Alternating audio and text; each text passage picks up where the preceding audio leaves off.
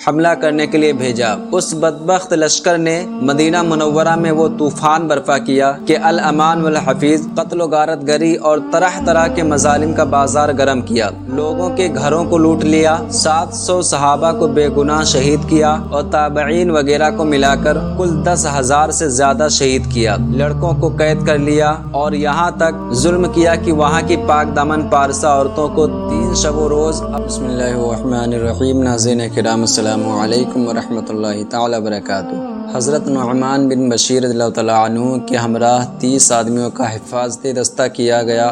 وہ اہل بیت کو لے کر مدینہ منورہ کے لیے روانہ ہوئے اور راستہ بھر نہایت تعظیم و تکریم کے ساتھ پیش آتے رہے۔ مدینہ طیبہ کے لوگوں کو واقعہ کربلا کی خبر پہلے پہنچ چکی تھی۔ جب یہ لٹا ہوا قافلہ شہر میں داخل ہوا تو تمام اہل مدینہ، حضرت محمد بن حنفیہ، ام المؤمنین حضرت ام سلمہ اور خاندان کی دیگر عورتیں سب روتی ہوئی نکل پڑی۔ قافلہ سیدھے حضور صلی اللہ تعالیٰ علیہ وآلہ وسلم کے روضہ مقدسہ پر حاضر ہوا۔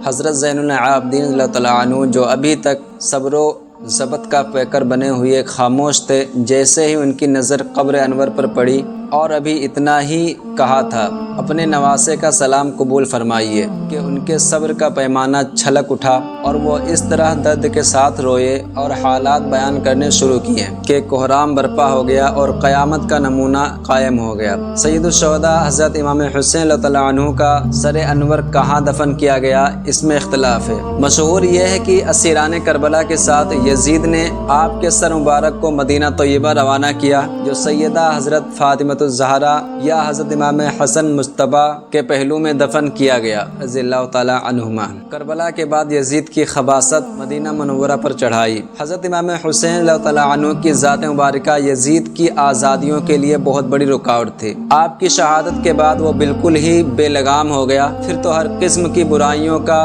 بازار گرم ہو گیا۔ زنا، لواطت، حرام کاری، بھائی بہن کا نکاح، سود اور شراب وغیرہ اعلانیہ طور پر رائج ہو گئے اور نمازوں کی پابندی اٹھ گئی۔ پھر اس کی شیطانیت یہاں تک پہنچی کہ 63 ہجری میں مسلم بن عقبہ کو 12 یا 20,000 لشکر کے ساتھ مدینہ طیبہ اور مکہ معظمہ پر حملہ کرنے کے لیے بھیجا۔ اس بدبخت لشکر نے مدینہ منورہ میں وہ طوفان برپا کیا کہ الامان والحفیظ قتل و غارت گری اور طرح طرح کے مظالم کا بازار گرم کیا۔ لوگوں کے گھروں کو لوٹ لیا، 700 صحابہ کو بے گناہ شہید کیا اور تابعین وغیرہ کو ملا کر کل 10,000 سے زیادہ شہید کیا۔ لڑکوں کو قید کر لیا اور یہاں تک ظلم کیا کہ وہاں کی پاک دامن پارسا عورتوں کو 3 شب و روز اپنے اوپر حلال کر لیا۔ سرکار دو عالم صلی اللہ تعالی علیہ وآلہ وسلم کے روضہ مقدسہ کی سخت بے حرمتی کی، مسجد نبوی میں گھوڑے باندھے، ان کی لید اور پیشاب منبر اطہر پر پڑے۔ 3 دن تک مسجد نبوی میں لوگ نماز سے مشرف نہ ہو سکے۔ صرف حضرت سعید بن مسیب جو کہ تابعین میں سے تھے پاگل بن کر وہاں حاضر رہیں۔ آخر میں ظالموں نے ان کو بھی گرفتار کر لیا، مگر پھر دیوانہ سمجھ کر چھوڑ دیا۔ خبیث لشکر نے ایک نوجوان کو پکڑ لیا۔ اس کی ماں نے مسلم بن عقبہ کے پاس آ کر فریاد کی اور اس کی رہائی کے لیے بڑی عاجزی و منتیں کی۔ مسلم نے اس کے لڑکے کو بلا کر گردن مار دی اور سر اس کی ماں کے ہاتھ میں دیتے ہوئے کہا کہ تو اپنے زندہ رہنے کو غنیمت نہیں سمجھتی کہ بیٹے کو لینے آئی ہے۔ ایک شخص کو جب قتل کیا گیا تو اس کی ماں ام یزید بن عبداللہ بن ربیعہ نے قسم کھائی کہ اگر میں قدرت پاؤں گی تو اس ظالم مسلم کو زندہ یا مردہ جلاؤں گی۔ جب وہ ظالم مدینہ منورہ میں قتل و غارت کے بعد مکہ معظمہ کی طرف متوجہ ہوا تاکہ وہاں جا کر عبداللہ بن زبیر اور وہاں کے ان لوگوں کا بھی کام تمام کرے جو یزید کے خلاف ہیں، تو اتفاقاً راستہ میں اس پر فالج گرا اور وہ مر گیا۔ اس کی جگہ یزید کے حکم کے مطابق حسین بن نمیر سکونی قائد لشکر بنا۔ مسلم کو انہوں نے وہیں دفن کر دیا۔ جب یہ خبیث لشکر آگے بڑھ گیا تو اس عورت کو مسلم کے مرنے کا پتہ چلا۔ وہ کچھ آدمیوں کو ساتھ لے کر اس کی قبر پر آئی تاکہ اس کو قبر سے نکال کر جلائے اور اپنی قسم پوری کرے۔ جب قبر کھودی تو کیا دیکھا کہ اژدہا اس کی گردن سے لپٹا ہوا اس کی ناک کی ہڈی پکڑے چوس رہا ہے۔ یہ دیکھ کر سب کے سب ڈرے اور اس عورت سے کہنے لگے، خدائے تعالی خود ہی اس کے اعمال اعمال کی سزا اس کو دے رہا ہے اور اس نے عذاب کا فرشتہ اس پر مسلط کر دیا ہے، اب تو اس کو رہنے دے۔ اس عورت نے کہا نہیں، خدا کی قسم میں اپنے عہد اور قسم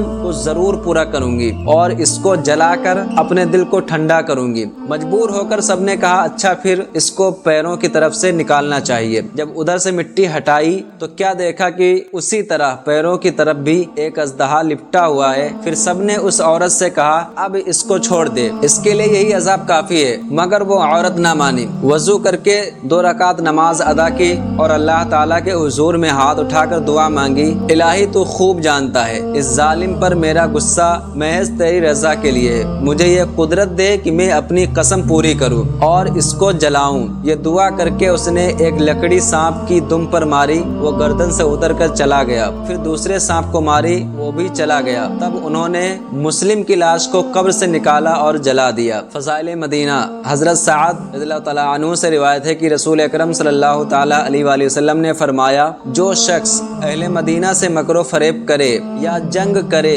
تو وہ اس طرح پگھل جائے گا جیسے پانی میں نمک پگھلتا ہے۔ اور حضرت سعد بن وقاص رضی اللہ تعالیٰ عنہ سے مروی ہے کہ رسول اقدس صلی اللہ تعالیٰ علیہ وسلم نے فرمایا، جس کا مفہوم یہ ہے جو مدینہ منورہ والوں کے ساتھ برائی کا ارادہ کرے گا خدا تعالیٰ اس کو دوزخ کی آگ میں رانگا کی طرح پگھلائے گا۔ اور حضرت صائب بن خلاد رضی اللہ تعالیٰ عنہ سے روایت ہے کہ نبی اکرم صلی اللہ علیہ وسلم نے ارشاد فرمایا، جس نے اہل مدینہ کو اپنے ظلم سے خوفزدہ کیا خدا تعالیٰ اسے خوف میں مبتلا کرے گا اور اس پر اللہ، ملائکہ اور سب لوگوں کی لعنت ہے۔ قیامت کے دن اللہ تعالیٰ نہ اس کی فرض عبادت قبول فرمائے گا اور نہ نفل۔ ان حدیث کریمہ سے معلوم ہوا کہ جو اہل مدینہ کو ڈرائے، ان سے جنگ کرے اور ان پر ظلم ڈھائے بلکہ ان سے برائی کا بھی ارادہ کرے تو خدا تعالیٰ اسے جہنم کی آگ میں رانگا کی طرح پگھلائے گا اور اس پر اللہ تعالیٰ، اس کے فرشتوں اور تمام انسانوں کی لعنت ہے اور اس کی کوئی عبادت چاہے وہ فرض ہو